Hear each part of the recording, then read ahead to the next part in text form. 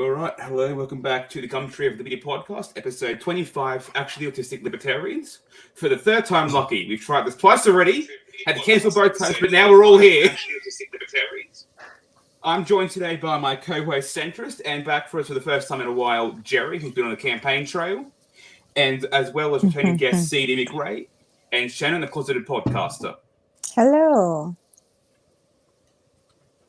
I wanted to start off today's show by I guess going through everyone's journey with autism so far, whether you have it yourself or you've got kids who have it, and then we can go from there and then discuss the broader topics for today's show. So I might start off myself. I was diagnosed with autism, with Asperger's, which is a lower, high-functioning autism, basically, at grade 1, so 6, first grade elementary for US. And that's since been downgraded. So it was originally Asperger's. It was then downgraded to PDD and OS, which is now no longer relevant. So it's high-functioning autism, but I've had that for my entire life, but it wasn't diagnosed until I was 6. So I had a few years there without being diagnosed. But yeah, that's just my general story. It's mostly social side of things and anxiety. And I might hand it off to Centrist. Oh, cool. I've got 2 kids on the spectrum. My eldest was diagnosed with Asperger's as well. And he, like Stuart said, that's diagnosis has sort of changed over the journey with the government policy changes which go with it. And my second child is what was called level 2, I believe. And yeah, so 2 autistic boys and a third child as well. But that's my journey with autism. So, do you want to go next, Shannon? Sure. So I have 2 children on the spectrum. The oldest one is 9. He's severe nonverbal. And then I have a 6-year-old, and she's like Asperger's level. With her, mostly it's anxiety. So, I've got 2 on either, opposite ends. Prior, I taught pre-K and kinder for about 20 years now. I started very young. I'm not old. I started very young. I started about 19 working with children. So I've always been an advocate for all children, but especially those on the spectrum, even way before God gifted me 2. So on the spectrum. So thank you for having me on, guys. I'm excited. Do you want to go next, Gerrie? Then we'll finish up with CD. Yeah, our eldest daughter, we have 3 kids, 3 children, young adults, and our eldest, Jade, is she has autism. She has language now, but she was non-verbal completely till she was 15, and I managed to get some supplements that within 3 months she began to form words. So it's been a journey for the 15 years after that to access every program imaginable I could find, even doing things remotely from overseas, and that was before we had the internet. So, Jade's 35 now, and she did develop speech, but socially she's very awkward. She has off the scale anxiety, which raises its head every now and then, which makes it more difficult when she's really not when she's higher or lower on the spectrum, because she can't express it, which makes it really difficult. Yet on the flip side, she's highly intelligent or intuitive. She knows things that none of us understand how she could have the concept of. And I'm sure she has a 6th sense. And I don't mean that as a joke. I mean that literally. It is quite amazing, which I think because the less language they have, you're almost, I think, venturing into the savant territory, which I've seen a little bit of that in her. Not a lot, not like those young people who they take up in the helicopters and they draw the cityscape, but she definitely exhibits some of that savant. So she's been really good the last 10 years, but she's going through a phase of heightened chronic anxiety at the moment, and I believe that can happen. They fluctuate as they grow, change, develop. So yeah, it's been a challenge, I won't lie, but it's also, it just makes you either sink or you swim. So yeah. CD? Hey guys, thanks for having me back. And Gerrie, your story is incredible and definitely an inspiration. How you and Shannon, how you handle your kids, and Centrist, how he's a great dad. He's got 2 on, 1 off. I'm sure that's difficult. I can imagine. But me, so I was Asperger's as well at about 7. Um, and it was chronic anxiety for the most part. It still is. But I had this weird thing where I have synesthesia. So I have 2 of my senses are wired together. They're like fused together. So my olfactory and my vision, when I smell things, there's a color. Like there's like a color attached to the smell. So it's why I'm really good with spices. I love spices, and I can smell. It's weird. I can smell, and so for a long time though, it was me describing what I was smelling was blue, right, or purple, and I sounded like a crazy person. My parents, what is wrong with her? You're not smelling blue. It smells sweet, or I'm like, no, it's purple, and so I ended up at the university, pediatric behavioral whatever specialists, and this lady from wherever she was from was like, oh, she has synesthesia, and no one had ever heard of that.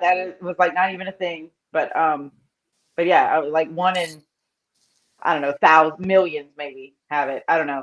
But that was always a really fun part of my autism was was like also, and like smelling like and being really really heightened on smell, and then like colors were just it was weird. It's weird. Anyway, I could put videos. It's always hard for me to explain. The YouTube videos do a way better job of it than I would do. But yeah, so I was diagnosed with autism at an early age, started therapy, and I didn't have any speech problems, but I did have, but it was behavioral because of the anxiety, right? And then ever since then, just learned how to deal with the non-autistic world, right? So I guess my first question is, do vaccines cause autism? Well, can I? Very topical with COVID right now. All right, we just gotta go right there. Right there. I can answer. I have to answer this one because it's been a journey. I had no idea I was a typical trusting parent. I wasn't even we didn't even think we could have children. So I was on a bit of a ticking clock. So they told me if I wanted them, I had to have them. So I had started my family younger than what I probably chose to, what I would have wanted to, but I had no choice. And as a result, I luckily had 3 beautiful kids. But Jade was our eldest, and following the MMR, she had a convulsion, which we were coming home from being out one day in the car. And when I turned around, she was just staring. We stopped the car. When we got home, Edward got her out, and she didn't move her head. It was off to the side. We put them straight back in the car, basically tore down the back hill where we were living to get her to the hospital. And the it was a Sunday, and they could not stop the convulsion. There was no pediatric specialist at the hospital at the time. My son was only 3 weeks old. I had to feed him, so they put me in a cubicle while he was being fed. Edward stayed with Jade in the emergency room while they were on the phone trying to get permission from the big hospital in Melbourne to administer an injection to stop the convulsion. They eventually did it, and she was forever changed. I don't care what anyone says, except the thing was, she was very glazed and glassy. She didn't have any speech then anyway, but so that didn't develop. But the thing was that we just we just kept going as a family. I didn't know any better to question. I had 2 kids under 15 months, and I just went about my business. And we had our 3rd child 4 years later. But Jade continued to go downhill, and it was really challenging. And I didn't know anyone or anything about natural health or medicine until Jade was 11, and someone handed me a wad of paper at her school, and I saw so much. I mean, there was no way that she didn't react to that MMR. And even in her baby book, there was a note. The doctor said she couldn't have one component of the next injection, the DPT, I think it was, something like that. She wasn't allowed to have it ever again, but they didn't tell me why. And see, looking back, I was that typical journey of a trusting parent with, I guess, not just doctors or medical, the government, until I reached a point where it was not going to be that way anymore, because underneath I always had a questioning mind. But when you're in survival mode with anything in life, whether it's kids or, you just have to do your best to keep your head above water, right? Yep. And I did that until I couldn't do it anymore. And when the veil lifted on that, I thought something is just not right here. And that began my journey down into a natural health road. Now, and I think that is why then 2 years later, she began to develop words. She lost a lot of her phobias. I could get her to the dentist and the doctor, where Edward used to have to carry her in physically screaming. Her phobias were that severe. And they all went within 6 months of being on this. So that took me down a completely different road.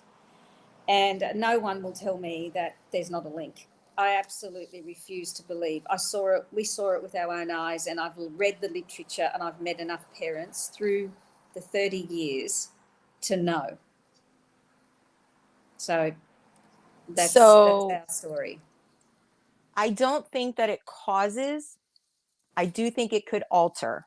So with Luke, my non-verbal severe 9-year-old, he was developing. I'm a teacher, so I knew he was meeting all his milestones. He was doing great. He had words, and MMR. He had his MMR, and it was like almost instantly.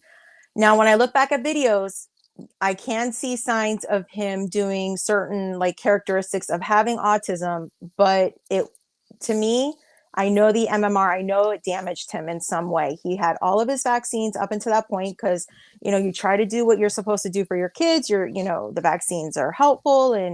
But the MMR is the measles, mumps, and rubella. Those are 3 into 1. That's a lot of stuff going into one teeny tiny body. So, I mean, yes, I do think it altered. He did have damage. And I can see that, I kind of, when you see those Facebook memories of him talking, the cognitive was there. He would look at books with me. I would ask him questions. He would follow through. When I look back at those, it's almost like a death. I almost wish that I had never even seen what he was capable of prior to that MMR. But, like I said, we can't harp on it. It's not going to change anything. We push forward. Now with my daughter, I absolutely did not do the MMR with her. I called, we're here in Florida. Nobody in Florida does them separately. I said, I am not anti-vax. This was way before COVID. I'm like, I'm not anti-vax. I just feel like that's a lot going into a teeny tiny body. Can we do it separately? Could we do a mumps, measles, rubella? No, because of cost efficiency is what they all told me. So because it's cheaper to lump them all together, opposed to doing it like, over time. So I called Alabama, I called Georgia, I called everywhere. Nobody did it separately. And the pediatrician told me that I was crazy, that I, she's trying to tell me that made me feel stupid for thinking that the MMR could cause or, you know, alter. And I said, until we can all figure out how, why, do I think it's genetic? Absolutely. It could be. Could it be partially because of this? I think there's many factors, but me being a parent and then me being a teacher and seeing how he was meeting all of his milestones and he was doing everything he was supposed to do. And then shortly after getting the MMR, it was all gone. It was totally lost. And from him to go with, you know, what he was doing to being severe nonverbal, like, so, you know, we push through, we do what we have to do. But I do feel like, you know, if any child, that's a lot of medicine. Some people might say that it's kind of poison, like it could be harmful. So we are trying to do everything that we can. We just spent almost $1,000 out of pocket to see a specialist, and we're going to have all these tests run to see what other ways we can help them, you know, naturally. Because I am of the belief that you can try everything and anything once as long as it doesn't harm them. So that's what we're doing. We just keep going. We're not giving up. We're just, you know, and I'm not one to say we're going to cause. I've never been, to cure. You know, I had autistic tendencies. My husband had autistic tendencies. You know, I am 44. So back then there was no official diagnosis. I most likely, you know, yes, am, but you know, it is what it is. We just keep going. Could it be genetics? Absolutely. I think it could be environment too, and it's not. And like I said, you know, CD and Stuart, you guys are so kick-ass. Like, I love both of you. I think you two are the coolest. I always talk and say so many great things about you. But now when you have a severe nonverbal child who suffers daily and self-harms in the sense of beating their hand on their head, and so, you know, it is a spectrum, and and it can be more difficult. And, you know, I just, as a parent, and any parent would even a typically developing child, you don't want your children to struggle. You want to try to give them as many tools and whatever they need to thrive and just to be happy in this world. So that is what, you know, my belief. And like I said, even prior to them, I advocated for all children, especially I had so many children on the spectrum, and so many with behavioral and so many with anxiety. They always found their way into my classroom, which was a typically developing, you know, it wasn't a special ed class, but because I was so good, apparently, that my class was always full for the next year before, like, it was even summer, because, you know, word of mouth, and I never shunned any child away. So we just have to keep going, keep plugging. Okay, Centrist, you tell us what you think. Not to rain on the upright. I haven't yet seen the links for autism specifically as a reaction to anything. But that's not to say that this hasn't happened in Gerrie's or your cases, because obviously side effects happen from all sorts of medicines. It doesn't necessarily mean it's what's the saying? It's correlation doesn't mean causation. But I think the problem with that discussion around autism and the vaccines is that it's the scheduling for when the vaccine is given around the same time you start to notice development issues, because that's at the age group that they're developing, which makes it difficult, because then you can't, even if you wanted to have that discussion honestly with, say, a GP or something, it makes it very difficult because they just blow it off, which for someone like Gerrie, that would be extremely frustrating. I can completely understand how you could think everything was going fine, and then something's happened and your child now like is unable to communicate and stuff. So I think it's probably worth people looking into it a bit closer in terms of, like Shannon said, spacing maybe, in order to just help some of those people that might have a reaction to it. But ultimately, at the end of the day, I think it's more genetic than anything else. You can see the traits. If you follow back, you can see the traits in amongst the family members as you go through. But but yeah, it's not. I'm not saying it is or isn't. I'm just saying, like, I haven't seen that evidence yet to say that it definitely is an issue. But yeah, reactions happen to every sort of medicine. So, to Gerrie, there's a very, very high chance that it is something that's happened to you. And I'm sorry. It's just, yeah, it's not fun, especially when you feel like, because I could understand that you might feel like you would feel a bit guilty because if you've done something to your child, it's a scary thought to have. And I think when we have this discussion around the vaccines, people forget that when you're talking to a mother or a father who's suddenly gone down the anti-vax rabbit hole, you've got to remember that there's a reason for it. And if that's what they feel the guilt for having given the child something that they thought was right, then I think we need to show a bit more empathy towards those parents. So. Yeah, I'm also of the opinion that it's probably more genetics than anything else. You know, like I can look back in dad's side of the family and say, okay, this person has it, this person has it, and like even though they weren't diagnosed, you can still, you know, tell, especially people who have autism can tell anyone can look at other people and say, yeah, they have it or they don't have it. So I can definitely look back on dad's side and point to people who have autism there. I will say that when it comes to, I think there could be some sort of exacerbation there when it comes to the vaccine, definitely. I wouldn't say it causes. I definitely agree that with Centrist, I don't think it's a causation link. I think for me, it's more side effects of the vaccine that they get confused with the autism, because I can look back at myself and say, okay, you know, I was developing well for the first year and a half, but then I was late to walking. I didn't speak till 2.5, and then I had a stutter after that, which never fully went away.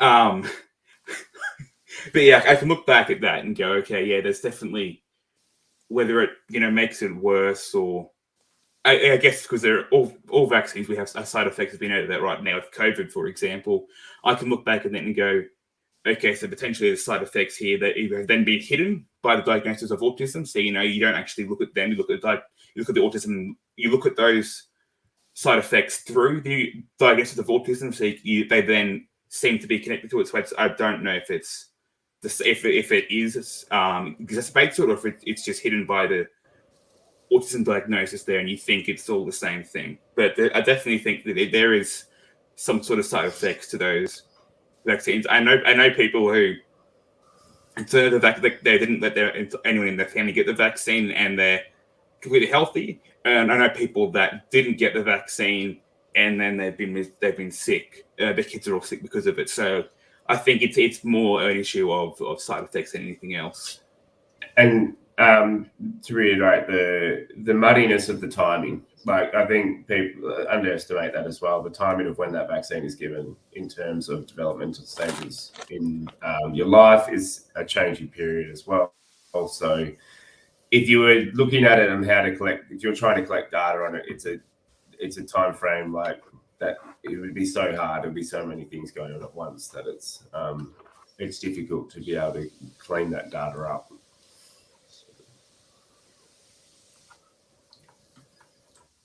So in Australia, I guess there seems to be a lot more support for autism from the welfare state, because I know that you Americans don't have anything like public health care, whereas we do. The National Disability Insurance Scheme, NDIS, which provides mostly financial support, and Joe can correct me if I'm wrong here, because it's mostly like it came around in 2013, so after I was diagnosed by a fair while, even though I am this young.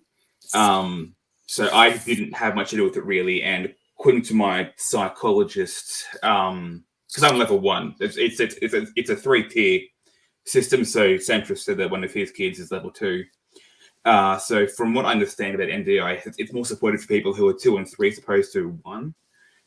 It's a government solution, so it's one size fits all. Fortunately, that one size is people who are more severe than less severe.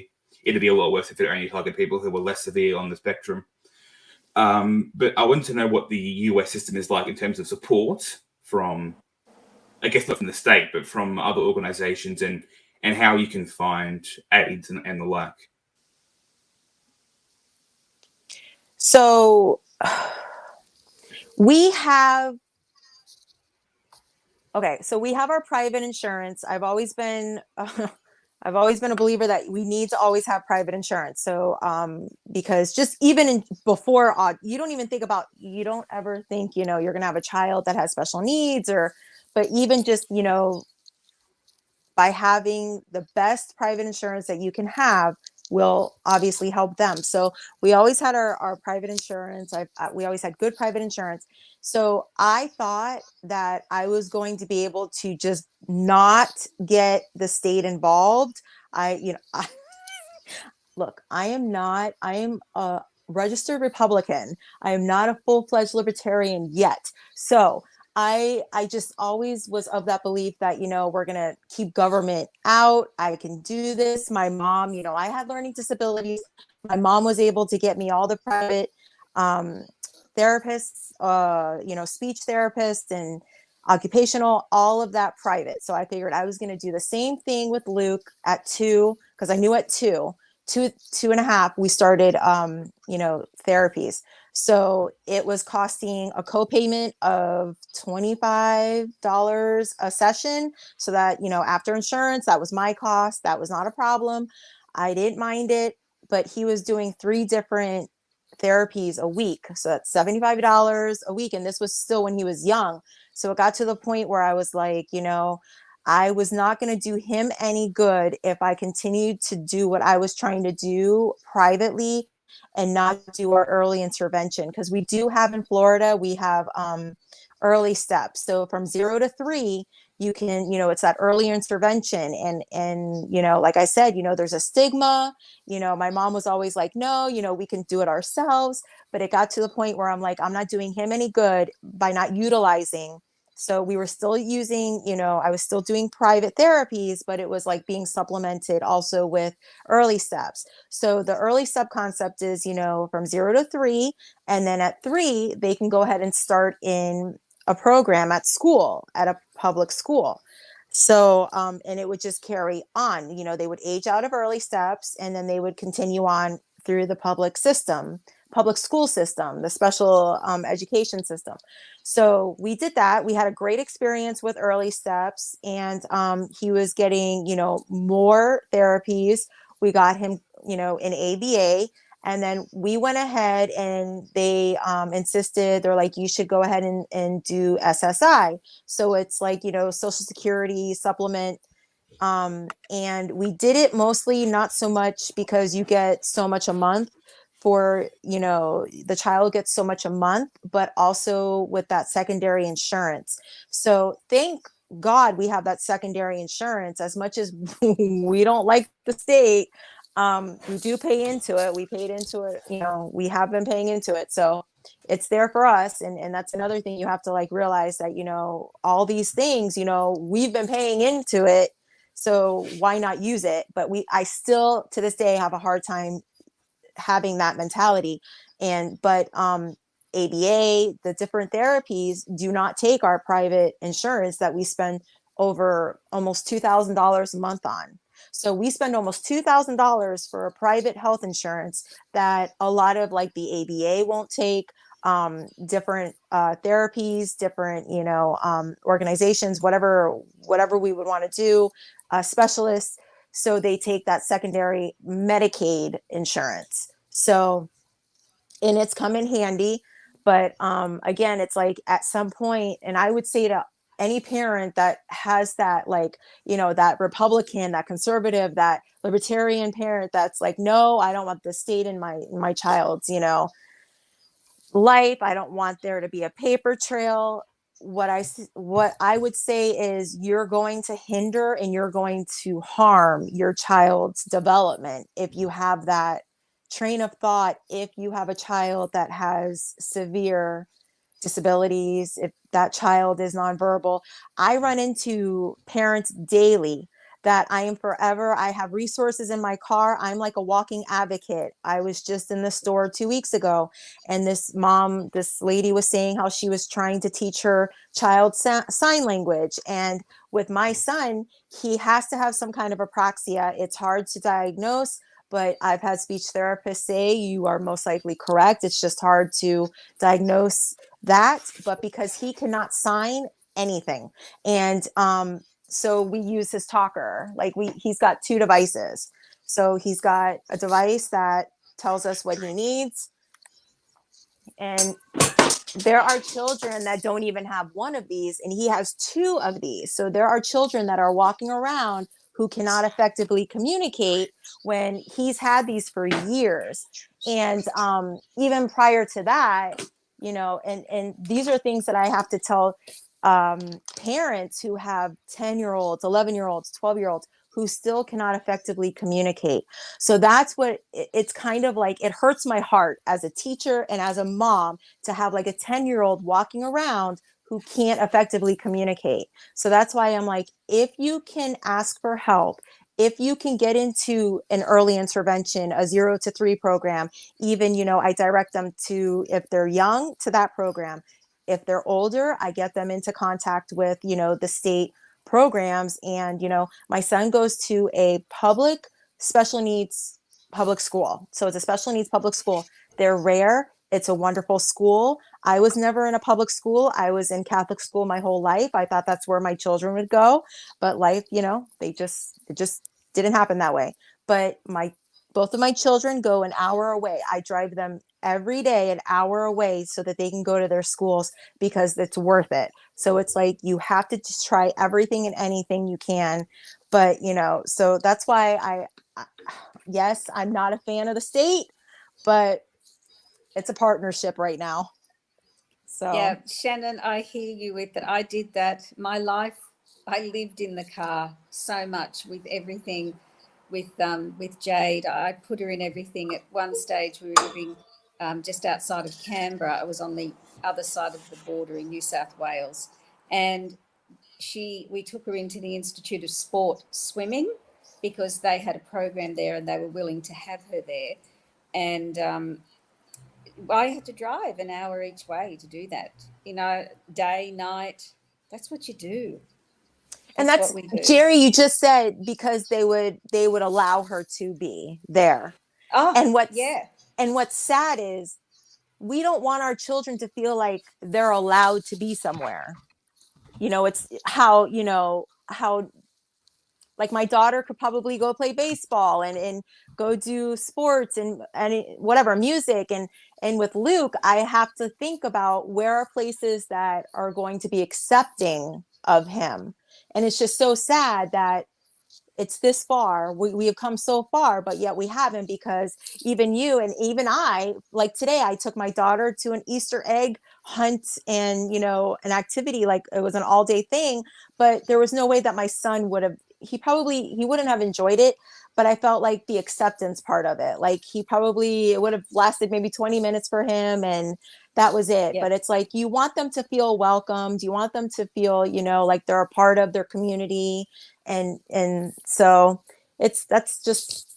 And that raises another interesting point from there, because I believe that you're exactly like me, how I was and how I still am. I don't expect society to change for Jade. And I think this is where government, or especially in Australia, because we're so socially oriented now with that social welfare state, they've taken it to the pendulum swung the other way, where not only do we make allowances, it's got to be a big deal. I never wanted it to be a big deal. It's what Nope. you just said, Shannon. It's about, why can't they just join society as an equal? There's no special treatment, no special things made for them. I never wanted that. I still don't. And I don't know in the US, but in Australia, that is what I see happening. You know, not just with autism, but with so many other areas. Why can't it just be you're part of it? Mm-hmm. Society doesn't have to change. It doesn't have to change for anyone. And our kids are no different. And that's been my philosophy like the whole time, because I never did blame anybody. I never spoke about what I found out when I realised that the MMR, caused, exacerbated, whatever. I agree with you. It's that. The thing is, we saw it happen before our eyes, so there was no denying it. And it is, it just needs to be filtered in. And I never did. I laid low for so many years.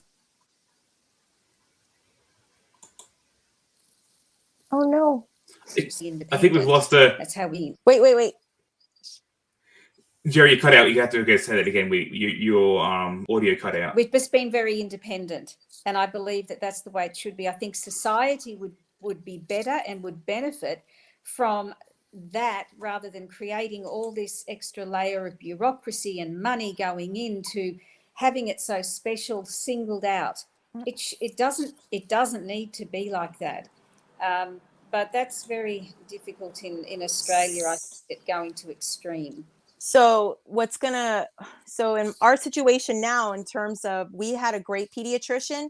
He was so good, Dr. Claude Ashley in Alabama. So we drive an hour. We drive an hour for them to go to this doctor. Well, he went ahead and left the pediatrician group that he was with because he felt so suffocated by the insurance companies because of that whole 10-15 minute doctor visit.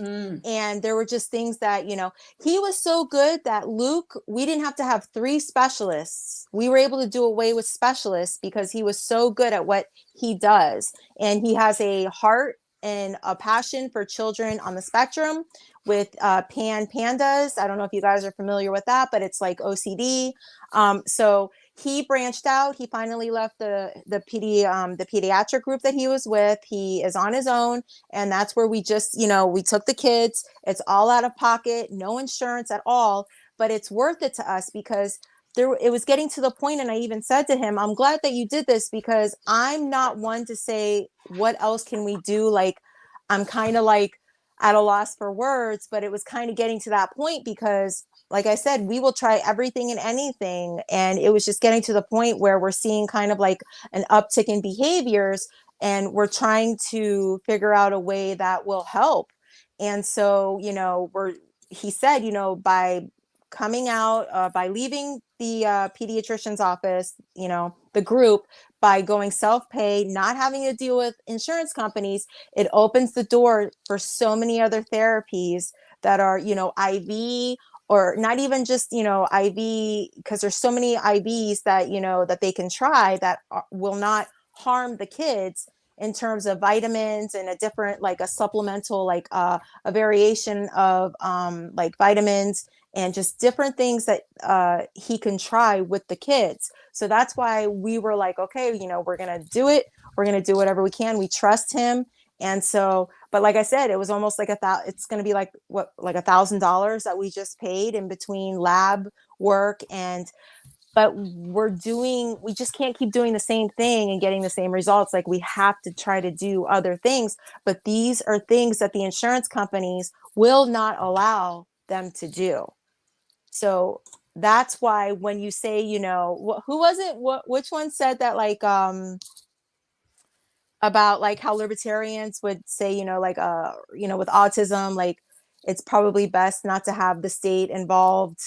And, yes, and no, I wish all children could have the opportunity to have like a Dr. Ashley who could help. And it's just, so many kids are not going to be able to be helped because their parents don't have the money, the funds. And I'm not saying we're not rich. Please don't think that we are rich, but like, we go without. Like, I will go without. Hey, I dyed my own hair last night. Okay, I will do my own nails.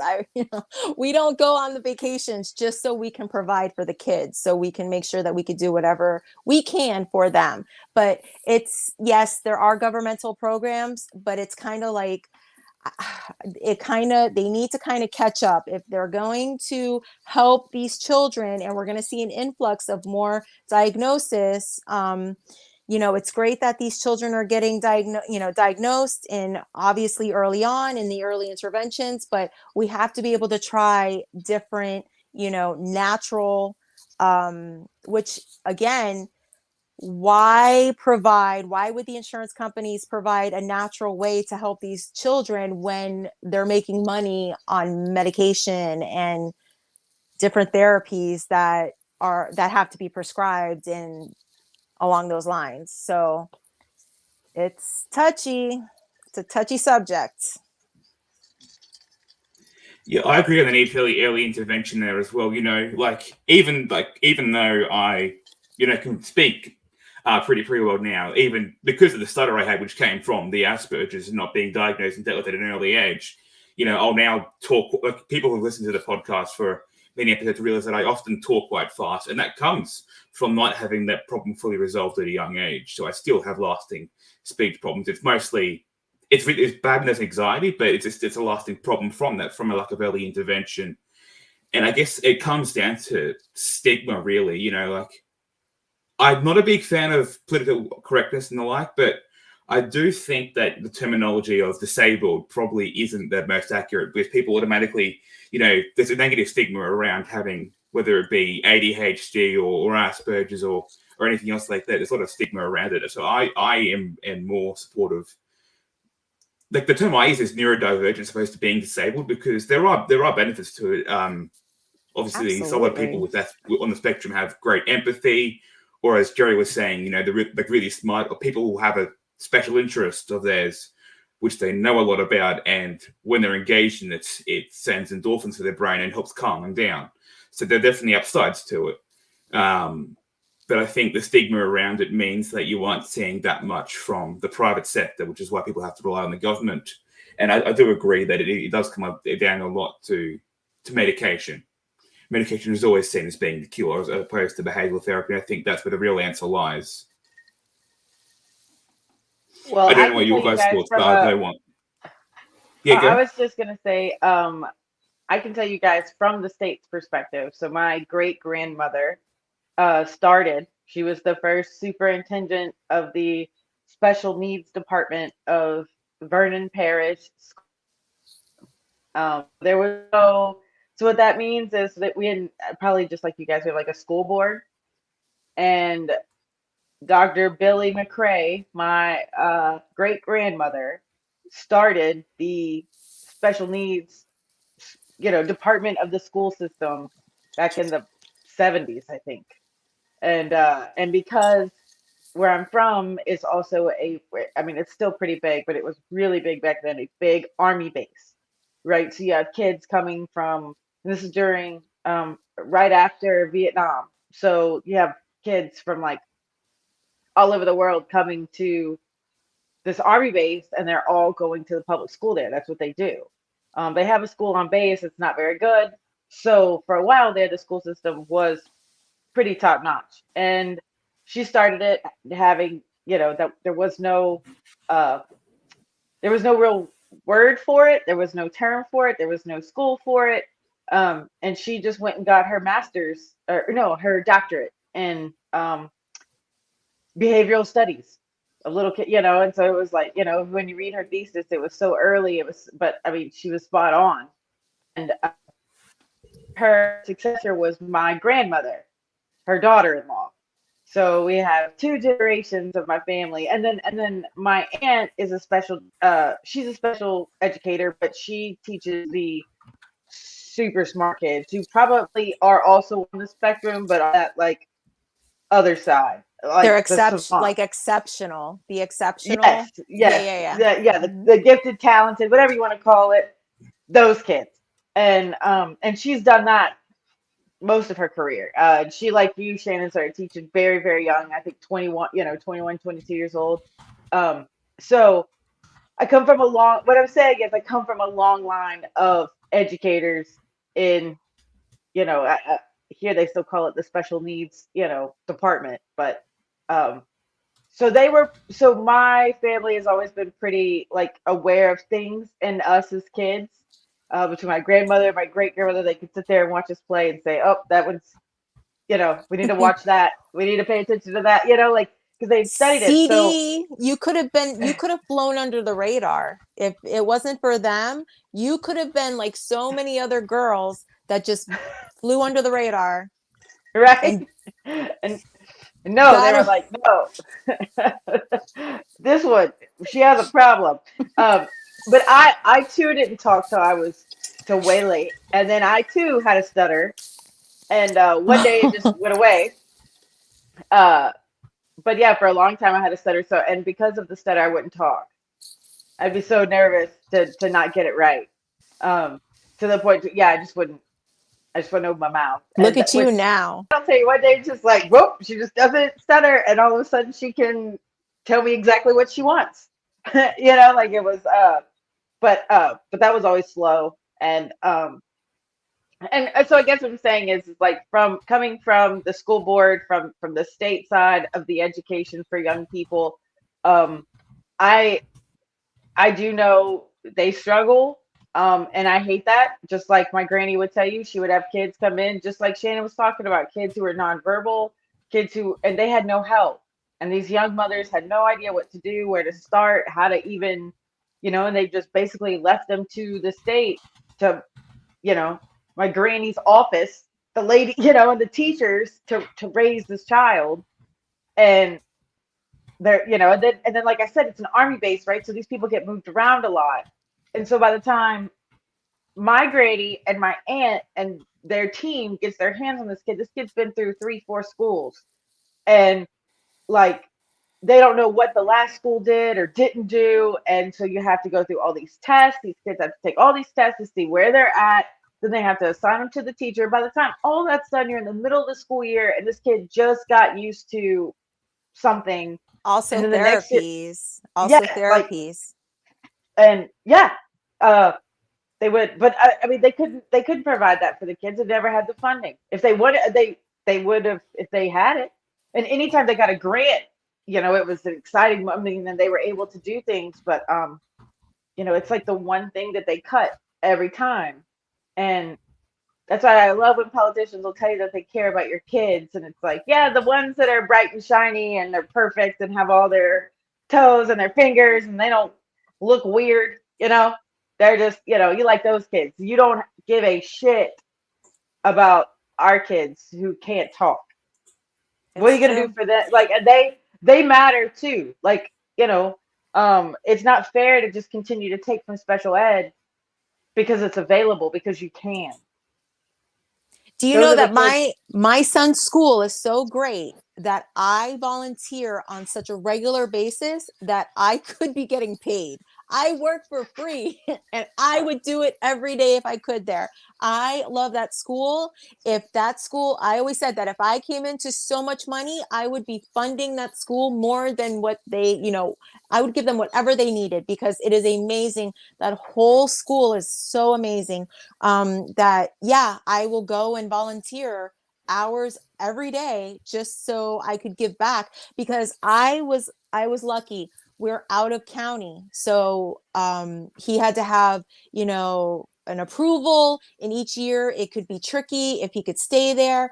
And it got to the point where it was like, I didn't know it was like Survivor. You could be voted off the island each year. I'm like, what do you mean? So I had like such anxiety, because you want your kid to find, he loves it. That is his happy place. During the pandemic, he didn't understand what was going on.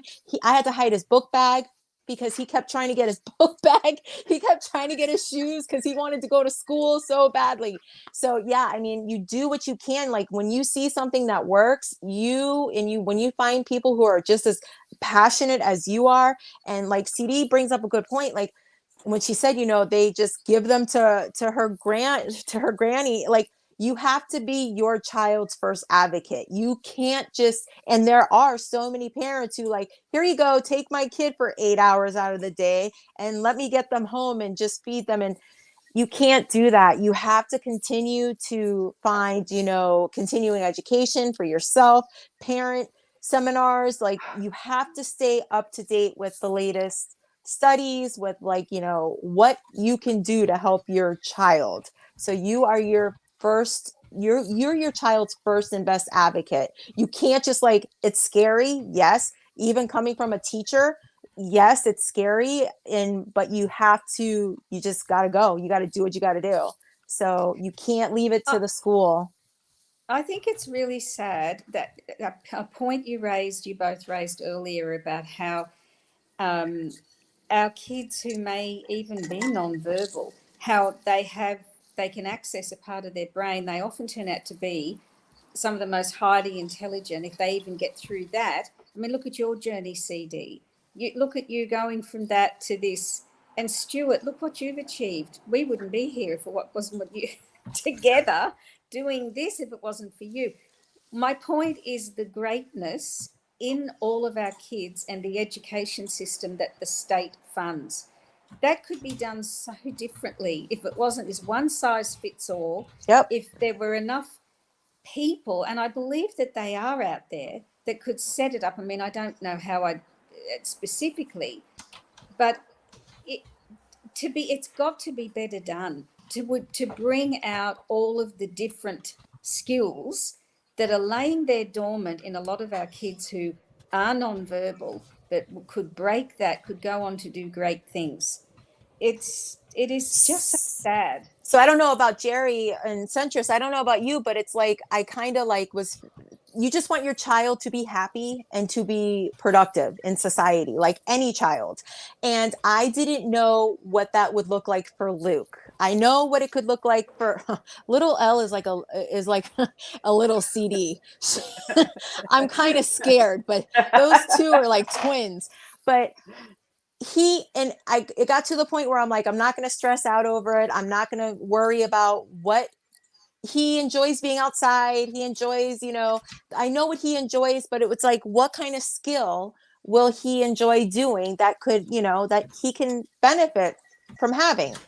Last year, he walked into the kitchen and he started getting everything out that he needed to make pancakes. And I stood there like, okay, we're making pancakes. Like, he loves cooking and baking. And that's enough for me. I'm like, cool, we could do that. So I use his talker and we go through it. And he knows that he knew where everything was. And I was like, okay, I guess we're going to be cooking and baking and using the oven. That's great. Okay. That was even more than I ever could imagine, because I just want him to be happy, and baking and cooking he can do. So, and I can work with that. Like, there's adults who can't cook or bake. So he's learning how to properly and safely work in the kitchen, and he's 9. So, hey, Have you guys ever heard the Michael Phelps mama story? Yeah, I have. Oh, it makes me cry every time. But yeah, so Michael Phelps, 9 times, like a gazillion gold medals, right, in swimming. So like when his mama talks about it, she talks about how, he wasn't all that great in school. We knew he was on, at the time it was Asperger's, whatever they wanted to call it. But at some point, they realized he could swim. And just like you guys, she would drive him in the morning. By the time he was in high school, he was swimming in the morning before school and after school. And it wasn't and it wasn't a part of like his school. I don't think in the beginning, it wasn't part of the school. So she would have to drive, just like you guys think it's an hour or so trip to go drop him at this pool with his team. And he was incredible. So like a bunch of teams that want him, first of all, they found a team that would take him, and he was insane. And her thing was like, I knew I had to find this thing. Like, I knew from the time he was a little kid, like, I just haven't untapped it yet. Like, it's in there somewhere. And she was like, I'm so thankful. So, and she tells the story, like, I'm so thankful we were able to find it when he was like 9, and instead of having to wait till he was like 30 and then we figure it out, because he was never exposed. And so whenever you have a child, I'm sure, who can't verbalize, like, this is what I want to do. Like, most kids are like, Mom, I want to do dance. Mom, I want to do karate.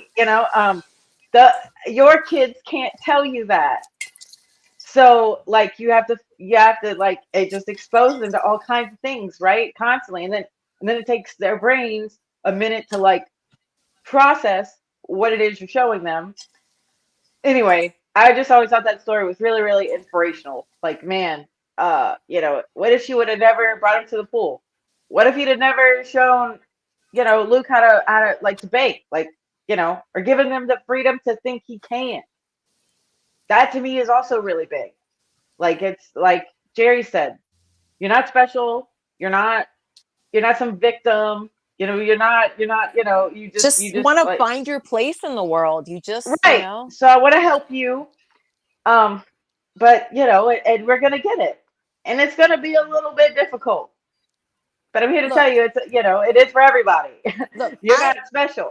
my mom would probably tell you that she never saw college in my future. She didn't even think, I mean, she didn't tell me this until I was like an adult. My mom was my best advocate.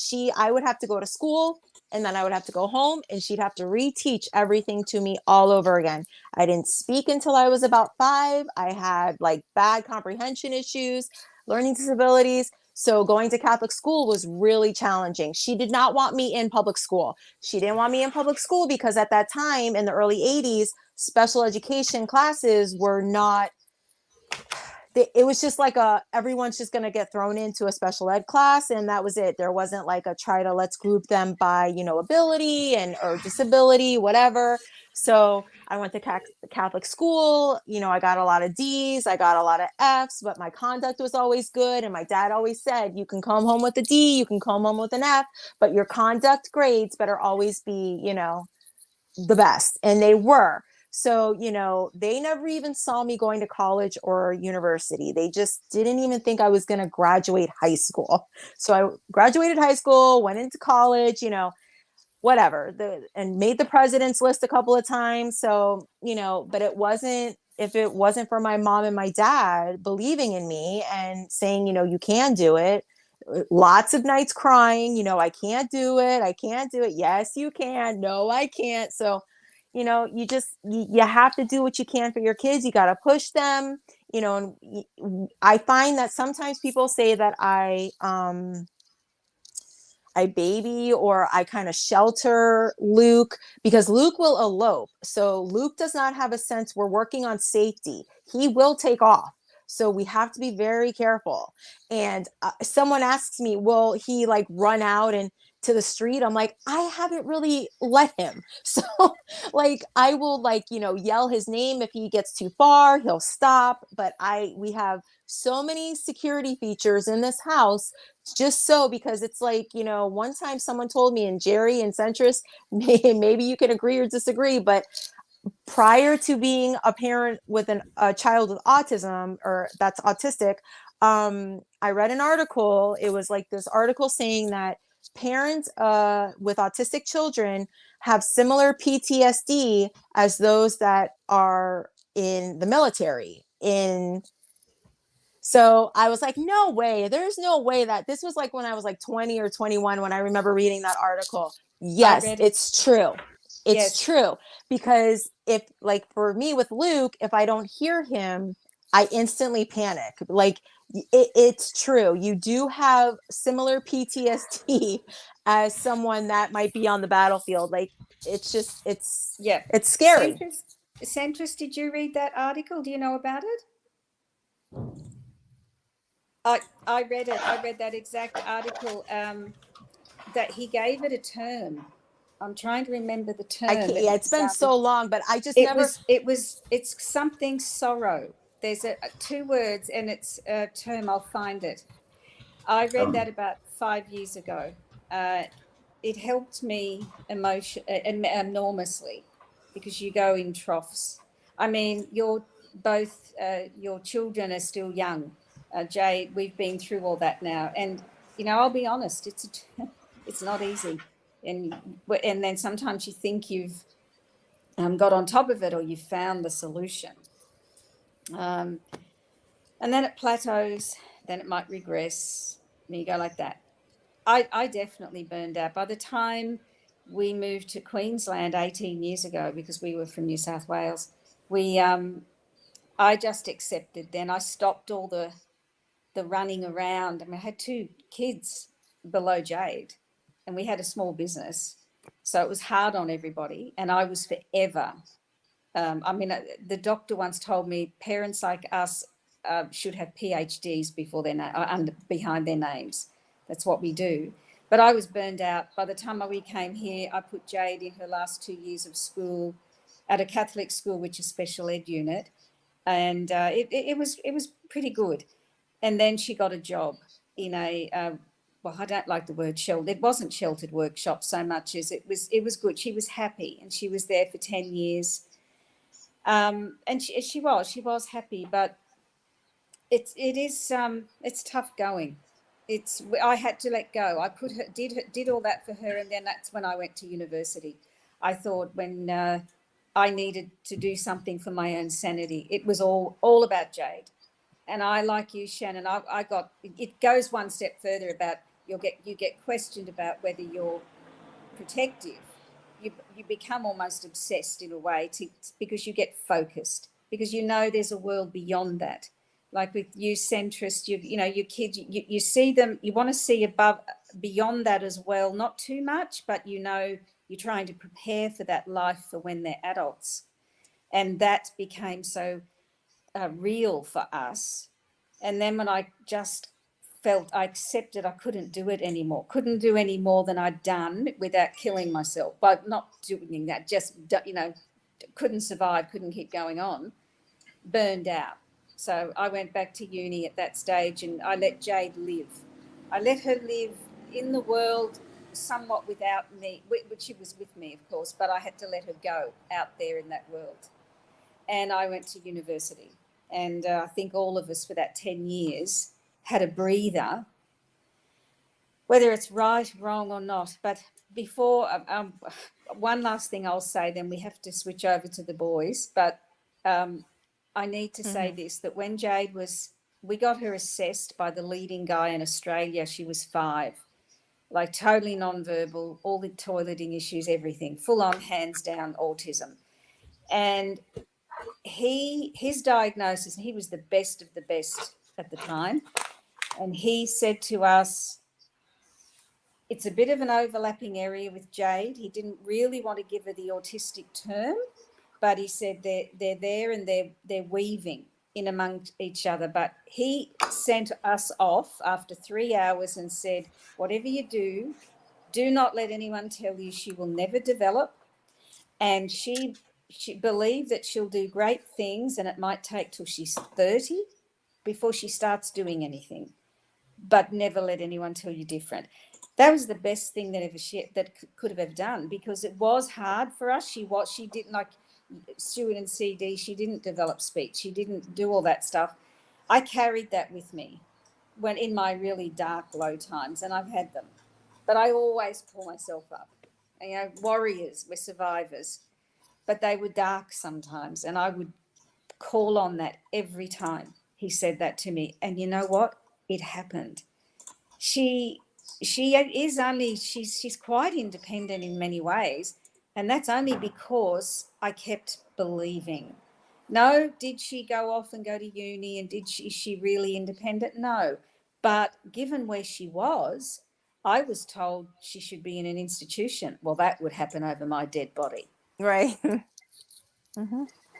So that is the success we had, and it's not measured in a success of she overcame it all, and you know, being from totally nonverbal, but it happened just the way that specialist told me, and here we are.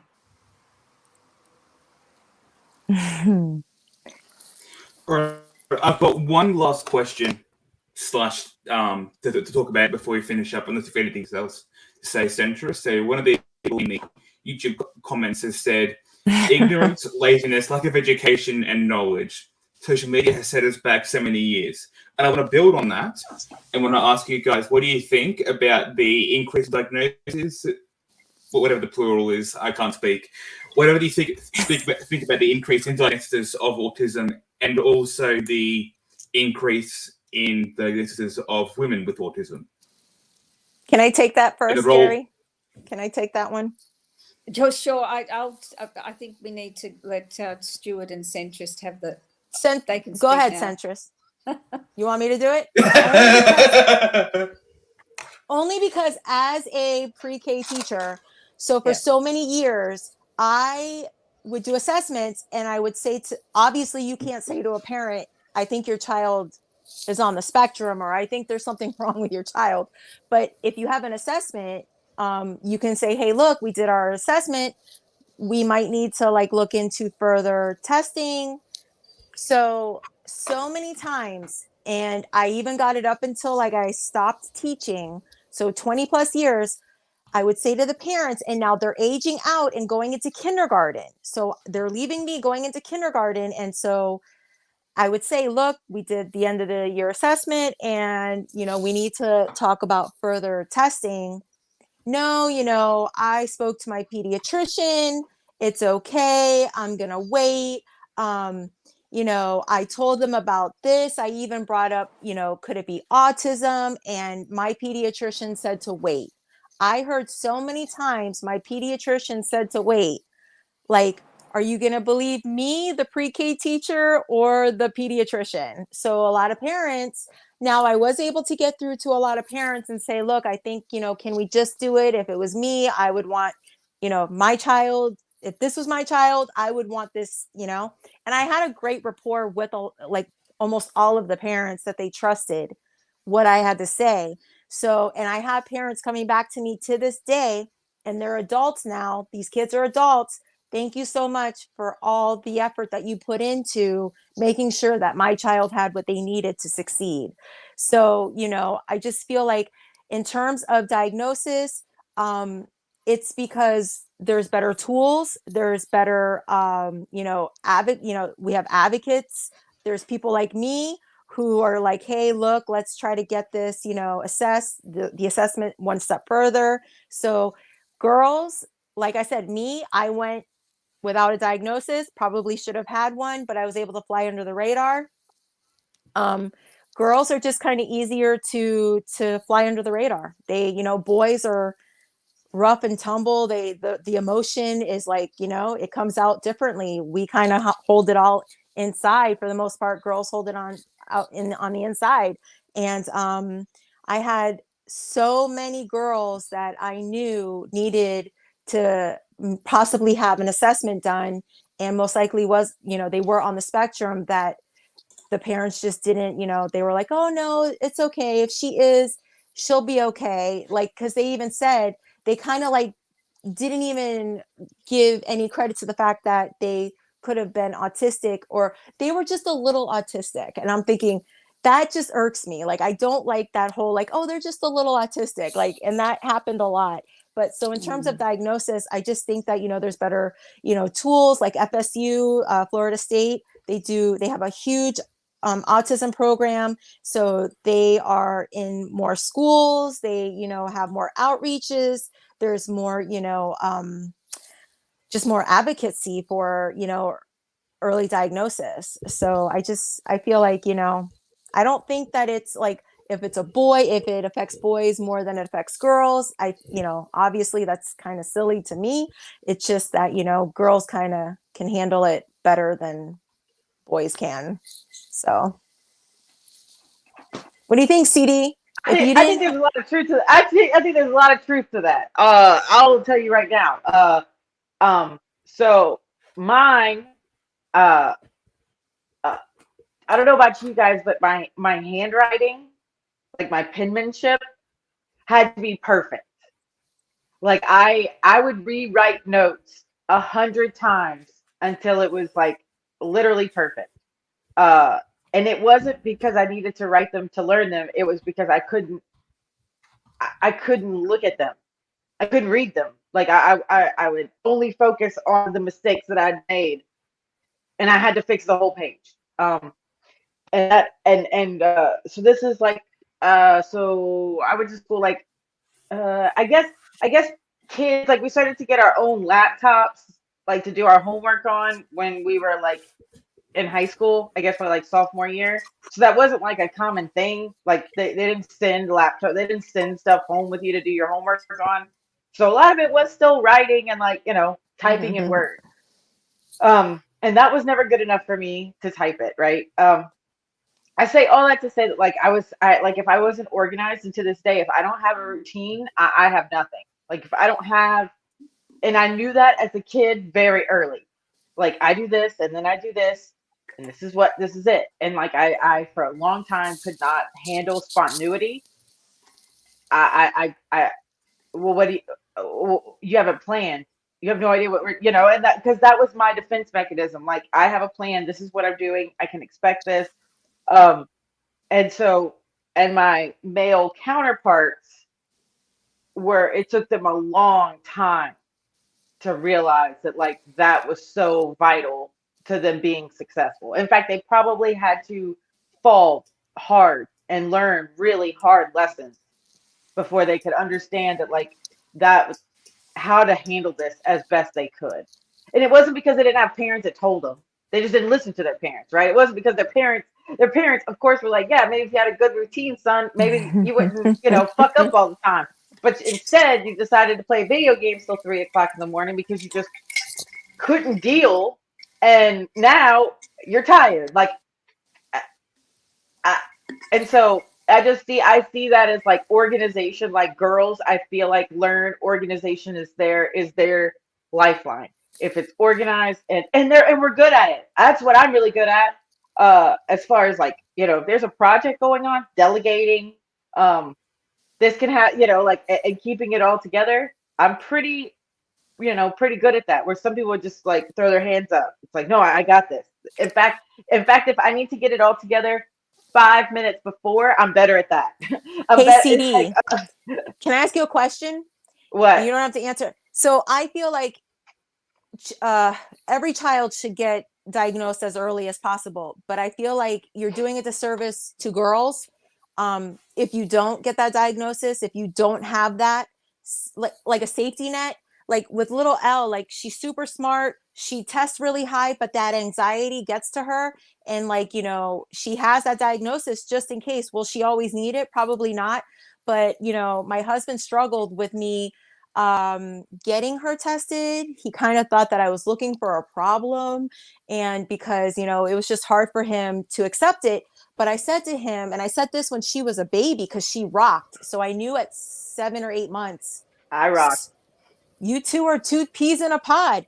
But I said to him, we have to do this for her because I don't want her to be so riddled with anxiety. And, we could have helped her. We could have given her the tools, and she would go through life and then she'd be okay up until those preteen, teen years, and then start to self-harm, to try to, something worse. All of that. All of that. All of that is true. All of that is true. And look, if my father were to ever watch this, he would tell you I'm lying to you. Like, he would be like, she doesn't have autism.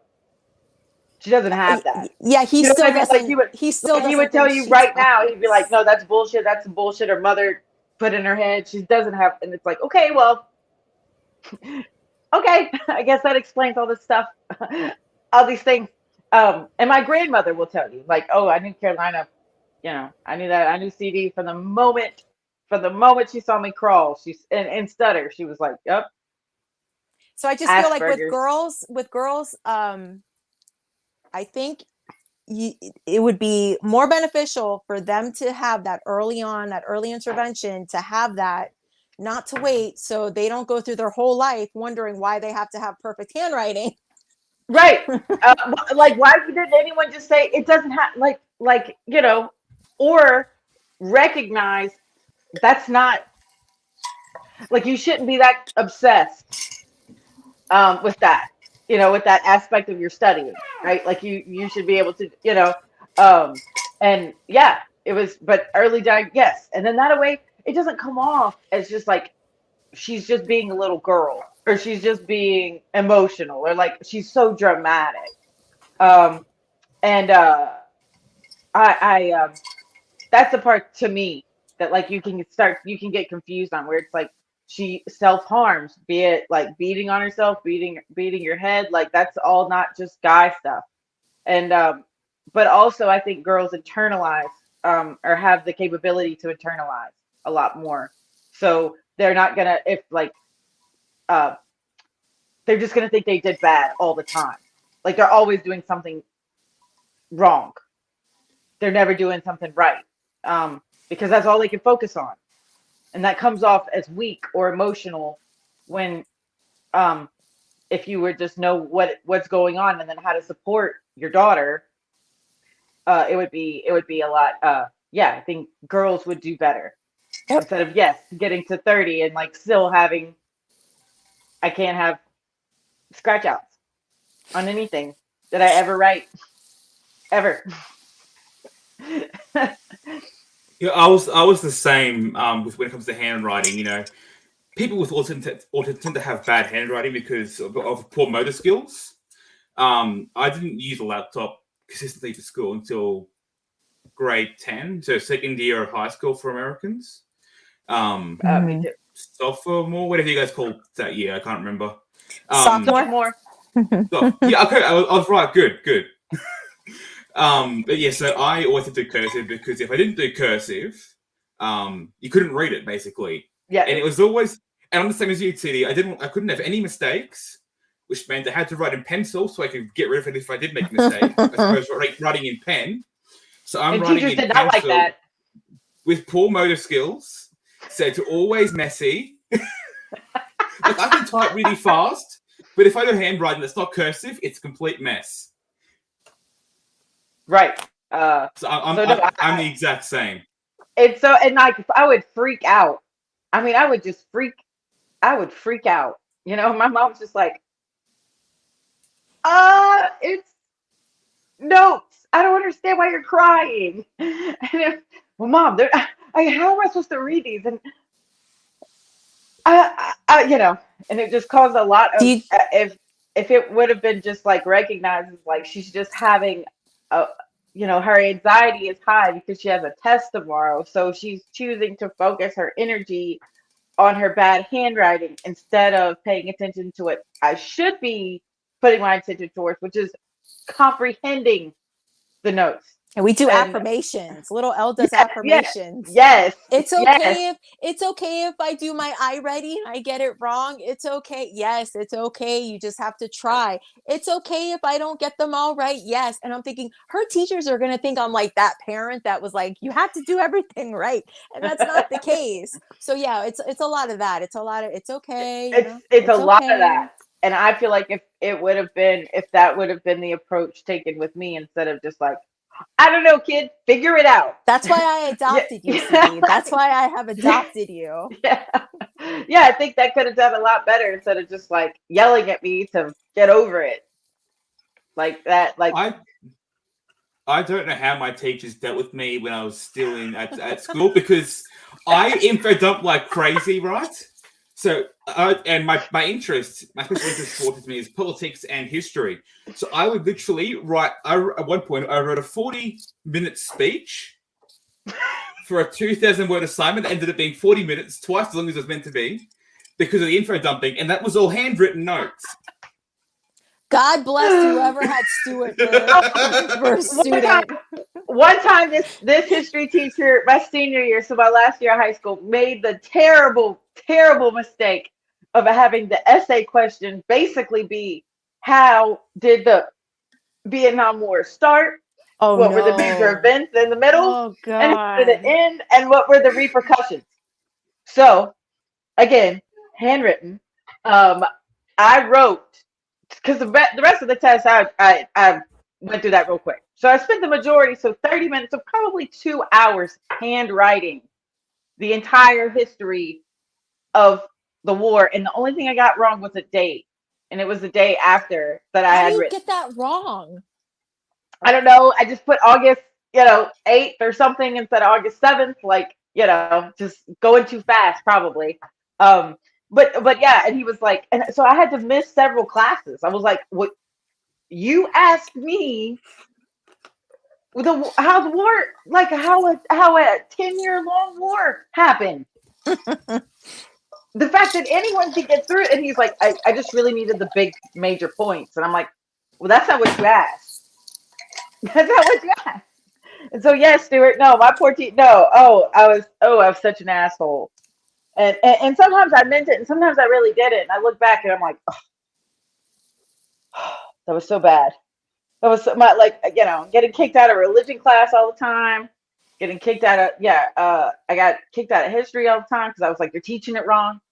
You're indoctrinating these kids. You're telling them the wrong thing. They're like, we just really need these kids to pass the test, okay? Like, we understand better. But and I'm like, but you're wrong. Do you know what little L did? Just a little.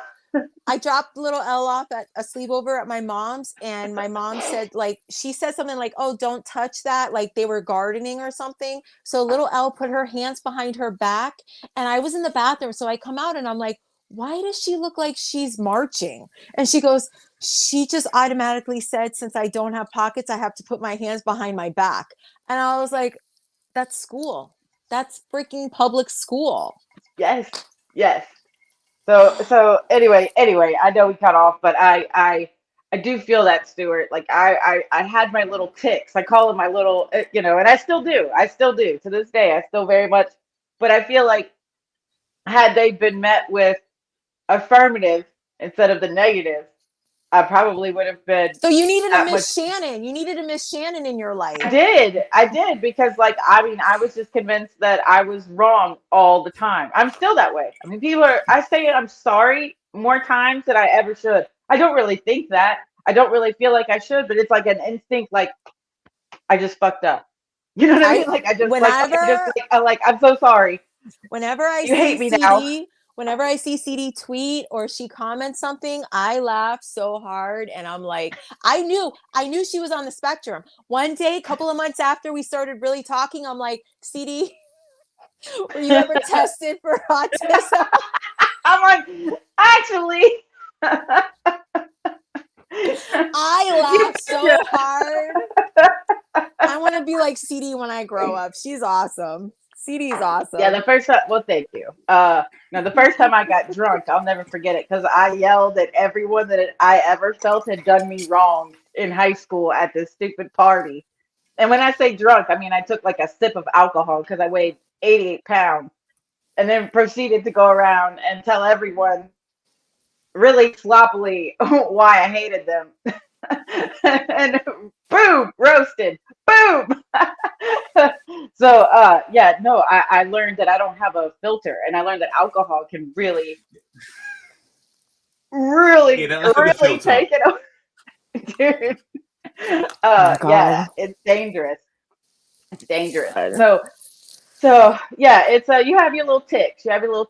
And if you can just learn to like manage them and like recognize that like not everyone has this, you cannot expect people to understand it. And if they think you're weird, it's okay. You are, but it's okay. And I just feel like if more people would have like just told me that growing up, like it's okay to be weird, I probably would have turned out the exact same way and still nervous as hell. But I feel like I would have had at least a perspective other than just like, you're just fucking weird. There's nothing anyone can do for you ever in your life. Stuart, I just want you to know that I have not said one bad word this whole stream. CD wins the bad word contest. Oh my God, put it in the jar, whatever. Well, CD also had the record for the longest podcast ever for a fair while as well, because you just kept talking for hours. We were having a good time. And the second time we were like, okay, we're not gonna let it go. We're not gonna let it go over. And then we just, that's what happens when you put two autists on a plane. You were there with us, Gerrie. I'm so sorry I had to deal with us talking for hours. What was that? What was that? What were we talking about? So that was COVID laws. Look, like freedom of movement. We lost Centrist. Great. Yeah, and also Fiona Patton, I think. Fiona Patton, yeah. But the pandemic bill was the second one. Yes. The first one was the COVID laws. Oh, the pandemic? CD went off on a pandemic rant? No. Oh, we both did. We all did. It was a lot of them. The third time, CD and I did like a 2-hour rant on Fiona Patton, the Australian politician who claims to be libertarian. So she claims to be libertarian. We had a 2-hour rant about her. We don't like her. Who? Fiona Patton. She's the worst. She's a she-devil. She's Beelzebub on Earth. She is. I think there's a few of them out there. Few of them around at the moment. She's the quote-unquote libertarian who supports Dan Andrews and all the COVID restrictions. Unbelievable. Oh, we've got our. She did found the sex party, and that's a party I can get down with. I'm just saying. Hey, we're having our own issues. We're having our own issues in our little circle of libertarians right before Reno. I know. Speaking of Australian yes, tell us. Speaking of Australian politics, we have an election date just announced, May 21st, in 42 days' time. So that's a very short election campaign for you Americans. But think of it as the last 4 months combined into a month and a half. But we've got to go to that live stream now because that's at 12. It's 11:45. Go. So before we finish up, does anyone have any closing thoughts or anything they want to plug? I'm good. I'm fine. I've spoken. I would enough. just, like I said, I would just reiterate, if you think your child needs further assessments, needs further resources, just get them the help that they need. Like, you know, it's a pride thing. I get it, but you have to be your child's best advocate. You are your child's first advocate. You cannot leave it to the state. You cannot leave it, you know, to the schools. You have to be proactive. So that's it. Yeah. Thank you for having me, Agreed. guys. This was fun. Might be my first Yeah, and thanks, last podcast. Thank you. I'm glad to This have was you. great. I'm glad to have you back, Gerrie, because it's been a long time, and now we've got you here today, and then we've got an Easter show coming out on Easter Sunday, which will also have Gerrie on it. So where can people follow your campaign, Gerrie? Awesome. What was that? Awesome. What was that, Stuart? Where can people follow you on the campaign? Where can they find your campaign, social media? Oh, just look, I'm still Watchtower Rome too. I haven't changed my handle. I only because, you know, I want to maintain that. This is all important to me. We don't know how the election wash up is going to happen. So this is my home. So I'll be returning back here more. Gerrie keeps it real. Well, we have to see. Yeah, it's going to be interesting, but this has been great, and I have loved coming back. And so we'll see. We'll see whether after the election, whether I'll be doing more. Yeah, but this is great. Right, well, Let's thanks do more of everyone. them. Thank you. This is coming on Shannon and guys. CD. Thanks, guys. We'll see you all. Have a good Thank you. one. See you all next time. Bye. All right. Bye.